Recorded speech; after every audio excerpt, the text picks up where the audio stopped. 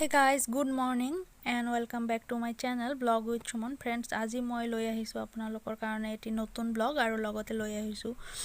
দুটামান ৰেচিপিৰ ভিডিও আৰু আজি মই বনাম মিছা মাছৰ মালাই কাৰি আৰু যাৰ বাবে লাগিব আমাক মিছা মাছ আৰু মিছা মাছবোৰ মই ইয়াতে ফ্ৰাই কৰি লৈছো আৰু মিছা মাছবোৰ মই সৰিয়হৰ তেলতে ফ্ৰাই কৰিছো আৰু মিছা মাছ বৰ বেছিকে ফ্ৰাই কৰিব নালাগে কাৰণ মিছা মাছ বহুত বেছি ফ্ৰাই কৰিলে মিছা মাছবোৰ ডাঠ হৈ যায় খাবলৈ পিছত বেয়া লাগে আৰু সেই কাৰণে মই মিছা মাছবোৰ সামান্য পৰিমাণে ফ্ৰাই কৰি লম কাৰণ ইয়াৰে মই সৰু যিবোৰ মিছা মাছ আছে তাৰে বনাম জোল আৰু ডাঙৰ মিছা মাছবোৰ বাছি লৈ তাৰে বনাম মিছা মাছৰ মালাই কাৰি আৰু মিছা মাছৰ মালাই কাৰিটো এটি বহুত জনপ্ৰিয় ডিশ হয় এটো এটা বেংগলী ডিশ আৰু বেংগলী ডিশ হিচাপে এটো চিংৰি মাছৰ মালাই কাৰি নামে পৰিচিত আৰু বন্ধুসকল যদি আপোনালোকে মোৰ চেনেলত প্ৰথমবাৰৰ বাবে আহিছে তেতিয়া হলে প্লিজ মোৰ চেনেলটো সাবস্ক্ৰাইব কৰি দিব আৰু লগতে বেল আইকনটো হিট কৰি অল নোটিফিকেশনটো ক্লিক কৰি দিব আৰু এতিয়া মই মিছা মাছবোৰ ইয়াতে নমাই লৈছো আৰু মই পুনৰবাৰ এইখন কেৰাহিতে অকণমান তেল দি ৰৈ থকা মিছা মাছবোৰ ফ্ৰাই কৰি লম আৰু মই ৰৈ থকা যিখিনি মিছা মাছ আছিল সেই আটাইখিনি এইবাৰ দি দিছো আৰু এতিয়া মই এইখিনিও ফ্ৰাই কৰি লম আৰু তাৰ পিছত মই মিছা মাছবোৰ ভাগ কৰি লম সৰুবোৰ এভাগত আৰু ডাঙৰবোৰ এফালে কৰি লম আৰু এতিয়া মই মিছা মাছখিনি ফ্ৰাই কৰি আছো আপোনালোকে মিছা মাছখিনি লৰাই থাকিব যাতে এটা আনটাৰ লগত গাত লাগি না থাকে আৰু এতিয়া এইখিনিও হৈ গৈছে আৰু এইখিনি এতিয়া মই নমাই লৈছো আৰু এতিয়া মিছা মাছখিনি নমাই মই এইখিনি ভাগ কৰি লম সৰুবোৰ আৰু ডাঙৰবোৰ আৰু সৰুবোৰৰ মই বনাম এতিয়া জোল এতিয়া বজাৰত বহুত ধৰণৰ নতুন নতুন সবজি ওলাইছে আৰু তাৰ ভিতৰতে সৰু সৰু আলু ওলাইছে সেই আলু দি মই বনাই লম জোল আৰু আনফালে মই ইয়াতে ভাজি আছো আলু বিনছ আৰু পিয়াজৰ এখন ভাজি আৰু এইখন শেয়াৰ কৰিব লগা ৰেচিপি নহয় তথাপিও মই কৰি আছো যদি এবাৰ দেখুৱাইছো আপোনালোকক আৰু ইয়াতে মই দি দিছো পৰিমাণ অনুযায়ী নিমখ আৰু হালধি আৰু একো মছলা নাই দিয়া আৰু এইখিনি এনেকৈ ফ্ৰাই কৰি লম আৰু এইখনো খাবলৈ বৰ টেস্টি হয় এই ভাজিখন আৰু এতিয়া মই এইখন লৰাই লম আৰু এই ভাজিখন হতে বহুত বেছি সময় নালাগে আৰু বহুত টেস্টিও হয় ডালিৰ লগত খাবলৈ বহুত ভাল লাগে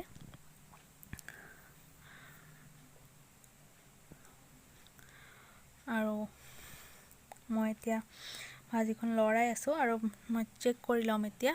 মোৰ ভাজিৰ আলুবোৰ সিজিছে নে নাই সিজা তাৰ কাৰণে মই আলু এনেকৈ চাই লম আলু আৰু বিনছবোৰ চাই লম এইবোৰ অলপ নৰম হৈছে নে নাই আৰু তাৰ পিছত মই এইখন নমাই লম এখন কাহিত মোৰ এইখন ভাজি হৈ গৈছে আৰু এতিয়া মই নমাই লৈছো এখন কাহিত আৰু এই একেখন কাহিতে মই এতিয়া বনাম মিছা মাছ আৰু আলুৰ লগত এখন জোল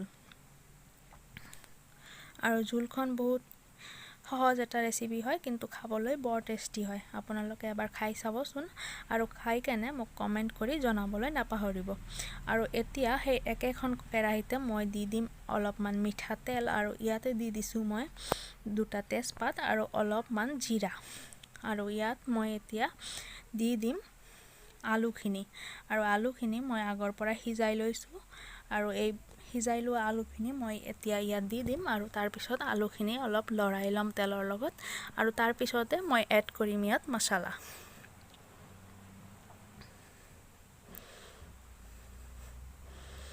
আৰু এই আঞ্জাখন বনাওতে বহুত বেছি টাইম নালাগে খুব সোনকালে আৰু খুব সহজে হৈ যায় কিন্তু খাবলৈ বৰ ভাল হয় আৰু এতিয়া মই ইয়াতে দি দিম নিমখ আৰু লগতে দি দিম হালধি আৰু নিমখ আপোনালোকে আপোনালোকৰ জোলৰ পৰিমাণ অনুযায়ী ব্যৱহাৰ কৰিব কাৰণ মই অলপ জোল বেছি ৰাখিম সেইকাৰণে নিমখ অলপ বেছিকৈ ব্যৱহাৰ কৰিম যদি আপোনালোকে জোলখন কম ৰাখে তেতিয়া হলে নিমখ অলপ কমকৈ ব্যৱহাৰ কৰিব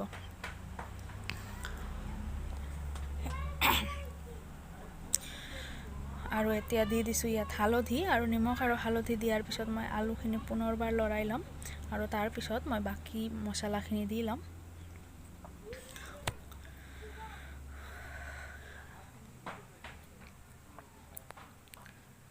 আৰু এতিয়া মই ইয়াতে দি দিছো আদা আৰু জলকীয়াৰ পেষ্ট আৰু এটো মই পাটাতে পিহি লৈছো মই আদা নাই দিয়া ইয়াতে মই দিছো জিৰা আৰু জলকীয়াৰ পেষ্ট মোৰ কবলৈ অলপ ভুল হৈ গল জিৰা আৰু জলকীয়াৰ পেষ্ট দিছো আলুৰ আলুত আৰু এতিয়া আলুখন লৰাই থাকিব লাগিব যাতে আমাৰ তললৈকে লাগি নধৰে আৰু বহুত বেছিকৈ ফ্ৰাই নকৰোঁ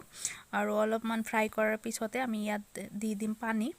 আৰু পানী আপোনালোকৰ পৰিমাণ অনুযায়ী আপোনালোকে দিব প্ৰথমতে মই অলপমান পানী দি দিম তাৰপিছত আৰু অলপমান পানী মই ইয়াতে এড কৰিম আৰু মছলাৰ কেঁচা গন্ধ যোৱালৈকে আপোনালোকে এই আলুখিনিক ফ্ৰাই কৰি ল'ব আৰু যিখন পাত্ৰত মই মছলাটো পিহি থৈছিলোঁ সেই পাত্ৰখন ধুয়ে ইয়াতে দি দিম অলপমান পানী কাৰণ পাত্ৰটোত বহু পৰিমাণে মছলা লাগি আছে আৰু তাৰপিছত মই ইয়াতে দি দিম পুনৰ অকণমান পানী আৰু পানী দিয়াৰ পিছত মই জোলখন উতলাবলৈ এৰি দিম তাৰপিছতে মই ইয়াত দি দিম মাছ আৰু জোলখন উতলোৱাৰ পিছতহে আমি মাছ দিম তাৰ আগতে আমি ইয়াতে মাছ নিদিওঁ আৰু এতিয়া মোৰ জোলখন উতলাবলৈ লৈছে আৰু মই ইয়াতে এতিয়া দি দিম মোৰ সৰু সৰু মিছা মাছবোৰ আৰু মিছা মাছবোৰ মই ইয়াতে দি দিছোঁ আৰু দিয়াৰ পিছত মই এই জোলখন পুনৰ উতলাবলৈ এৰি দিম আৰু জোলখন ভালদৰে উতলোৱালে মই এই জোলখন নমাই ল'ম আৰু মোৰ জোলখন ৰেডি হৈ যাব তেতিয়া আৰু আনফালে মই বনাই আছোঁ দালি আৰু দালিখন আপোনালোকৰ লগত শ্বেয়াৰ কৰিব পৰা নাই বেলেগ এদিন শ্বেয়াৰ কৰিম বাৰু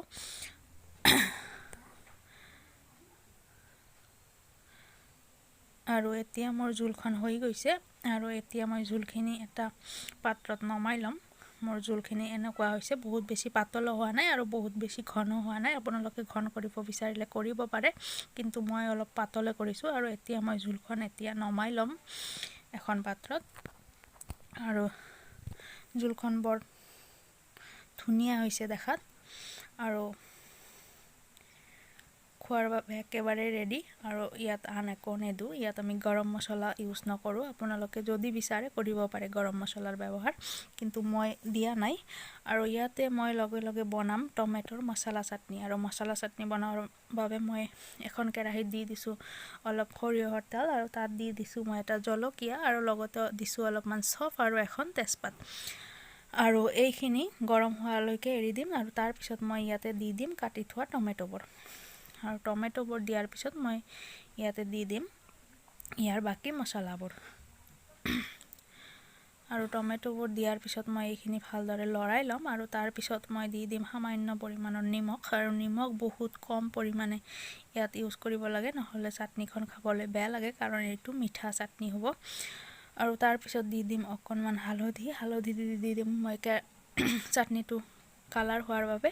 আপোনালোকে যদি বিচাৰে হালধি নিদিবও পাৰে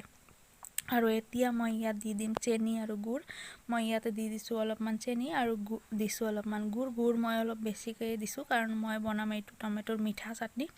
আৰু এতিয়া গুড় আৰু চেনিখিনি গলি যোৱালৈকে এইখন লৰাই থাকিব লাগিব আৰু গুড় আৰু চেনি গলি গ'লে আমাৰ টমেটোখিনিও নৰম হৈ যাব আৰু তাৰপিছতে আমাৰ চাটনিখন ৰেডি হৈ যাব আৰু চাটনিখন ৰেডি হোৱাৰ পিছতহে আমি ইয়াত দি দিম মছলাটো আৰু চাটনিখন আমাৰ হৈ গৈছে আৰু এইফালে মই বহাই দিছোঁ আন এটা কেৰাহী কাৰণ মই ইয়াত দালিত এতিয়া দিম সম্ভাৰ আৰু এতিয়া চাটনিটো অলপমান ঠাণ্ডা হৈ গৈছে আৰু এতিয়া মই ইয়াত দি দিম মছলা আৰু মছলাৰ বাবে মই ইয়াতে ব্যৱহাৰ কৰিছোঁ অকণমান চফ মই এনে কেৰাহীত ভাজি লৈছোঁ আৰু তাৰপিছত মই চফটো খুন্দি লৈছোঁ আৰু সেই গুড়া কৰা চফখিনি মই চাটনিত দি দিছোঁ আৰু এনেকৈ চাটনি বনাই খালে বৰ টেষ্টি হয় খাবলৈ আপোনালোকে এবাৰ বনাই খাবচোন আৰু লগতে মোক কমেণ্ট কৰি জনাব আৰু এতিয়া বনাম মোৰ মেইন ডিছটো যিটো হৈছে মিছা মাছৰ মালাই কাৰী আৰু তাৰ বাবে মই দি দিছোঁ কেৰাহীত অকণমান তেল আৰু এতিয়া মই কেৰাহীত দি দিম অকণমান ঘি এই ডিছটোত ঘি দিবই লাগিব ঘি নহ'লে ইয়াৰ সোৱাদ নহ'ব আৰু ঘিখিনি গলি যোৱালৈকে অকণমান ৰখি থাকিম আৰু তাৰপিছত দি দিম ইয়াতে তেজপাত অকণমান জিৰা আৰু কিছুমান গোটা গৰম মছলাত মই ব্যৱহাৰ কৰিম এটুকুৰা দালচিনি আৰু 4-5টা এলাইচি আৰু এইখিনি দিয়াৰ পিছত বহুত ভালকৈ লৰাই থাকিব লাগিব মোৰ মছলাখিনি দিয়া হৈ গৈছে এতিয়া এইখিনি অকণমান লৰাই থাকিব লাগিব যাতে ইয়াৰ পৰা এটা গোন্ধ ওলায় আৰু তাৰপিছত মই ইয়াত দি দিম মছলা আৰু মছলাত মই ইউজ কৰিছোঁ ইয়াতে এটা পিঁয়াজ বটা আৰু পিঁয়াজটো মই বাটি লৈছোঁ আৰু মছলাখন বহুত ভালকৈ লৰাই থাকিব লাগিব নহ'লে মছলাটো জ্বলি যাব আৰু আপোনালোকে এইখিনি সময়ত গেছৰ ফ্লেমটো মিডিয়াম কৰি ৰাখিব, হাই নকৰিব। হাই ফ্লেমত কৰিলে মছলাখিনি পুৰি যোৱাৰ ভয় থাকে। আৰু এতিয়া মই দি দিম ইয়াতে নিমখ, আৰু নিমখ আপোনালোকে নিজৰ আন্দাজ মতে দিব। আৰু লগতে মই দি দিম ইয়াত অকণমান হালধিৰ গুড়া। আৰু এতিয়া এইখিনি পুনৰ লৰাই থাকিব লাগিব। এই ৰেচিপিটো বহুত সহজ এটা ৰেচিপি, কিন্তু খাবলৈ বৰ টেষ্টি হয়। এইটো আপোনালোকে ভাতৰ বাহিৰে ফ্ৰাইড ৰাইচৰ লগতো সাৰ্ভ কৰিব পাৰে। আৰু ইয়াতে মই দি দিম এতিয়া পিহি লোৱা আদা, আৰু আদাখিনি দিয়াৰ পিছত পুনৰবাৰ লৰাই থাকিম যাতে মছলাখিনি আমাৰ জ্বলি নাযায়। তাৰ পিছত মই ইয়াতে দিম নহৰু বটা, আৰু নহৰুখিনি দিয়াৰ পিছতো পুনৰ লৰাই থাকিম। আৰু ইয়াৰ পিছত মই ইয়াতে এড কৰিম টমেটোৰ বটা। আপোনালোকে ৰেডিমেড টমেটোৰ পিউৰিও ইউজ কৰিব পাৰে, কিন্তু মই পিহি লোৱা টমেটো ইউজ কৰিছোঁ ইয়াতে। আৰু মই এটা সৰু টমেটো ইয়াত ইউজ কৰিছোঁ। আৰু এতিয়া এইখিনি পুনৰবাৰ লৰাই থাকিব লাগিব। মছলাৰ কেঁচা গোন্ধ যোৱালৈকে এইখিনি লৰাই থাকিব লাগিব। আৰু তাৰ পিছত ইয়াতে মই দি দিম কাশ্মীৰী ৰেড চিলি পাউডাৰ। আৰু কাশ্মীৰী ৰেড চিলি পাউডাৰ অকল কালাৰৰ বাবে দিম, কাৰণ আপোনালোকে সকলোৱে জানে কাশ্মীৰী ৰেড চিলি পাউডাৰ একেবাৰে জ্বলা নাথাকে, এইটো কালাৰৰ কাৰণে ইউজ কৰা হয়। আৰু ময়ো ইয়াতে কালাৰৰ কাৰণে ইউজ কৰিছোঁ কাশ্মীৰী ৰেড চিলি পাউডাৰটো। যদি আপোনালোকে ইউজ কৰিব নিবিচাৰে তেন্তে নকৰিব, কিন্তু মই ইয়াত কৰিছোঁ কাৰণ দেখিবলৈ বহুত ভাল হয়। আৰু তাৰ পিছত পুনৰবাৰ লৰাই লৈছোঁ। আৰু ইয়াতে মই অকণমান দি দিম চেনি, কাৰণ এই ডিছটো অলপমান মিঠা মিঠা টেষ্ট হয়।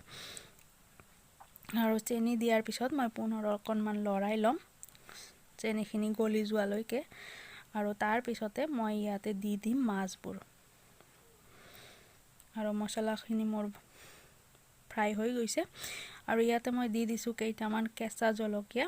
কেঁচা জলকীয়াটোৱে বহুত ধুনীয়া এটা ফ্লেভাৰ আনে, আৰু লগতে অলপ অলপ জ্বলাৰ সোৱাদটো আনে। একেবাৰে মিঠা হ'লেতো ভাল নালাগিব, সেইকাৰণে কেইটামান কেঁচা জলকীয়া দি দিছোঁ। আৰু এতিয়া মই ইয়াতে দি দিছোঁ মোৰ ভাজি লোৱা মিছা মাছখিনি। মিছা মাছখিনি আপোনালোকে যিমান ডাঙৰ আকৃতিৰ পায় সেইখিনিয়ে ইউজ কৰিব, কাৰণ এই ৰেচিপিটোত মিছা মাছবোৰ ডাঙৰে ইউজ কৰা হয়। মই বেছি ডাঙৰ পোৱা নাই, সেইকাৰণে মই সৰুৱে দিছোঁ যিখিনি ডাঙৰ পাইছোঁ। আৰু এতিয়া ইয়াতে মই ব্যৱহাৰ কৰিম গাখীৰ, যিহেতু মালাই কাৰী, মালাই মানে গাখীৰ, তো ইয়াতে মই ব্যৱহাৰ কৰিম নাৰিকলৰ গাখীৰ। ইয়াতে মই পেকেটৰ নাৰিকলৰ গাখীৰ ব্যৱহাৰ কৰিছোঁ। আপোনালোকে যদি ঘৰতে বনাই লোৱা ফ্ৰেছ নাৰিকলৰ গাখীৰ পায় সেইটোও ব্যৱহাৰ কৰিব পাৰে। আৰু এতিয়া জোলখন উতলালে মই এইখন নমাই ল'ম। আৰু মোৰ ভিডিঅ'টো আপোনালোকে চোৱাৰ বাবে বহুত ধন্যবাদ।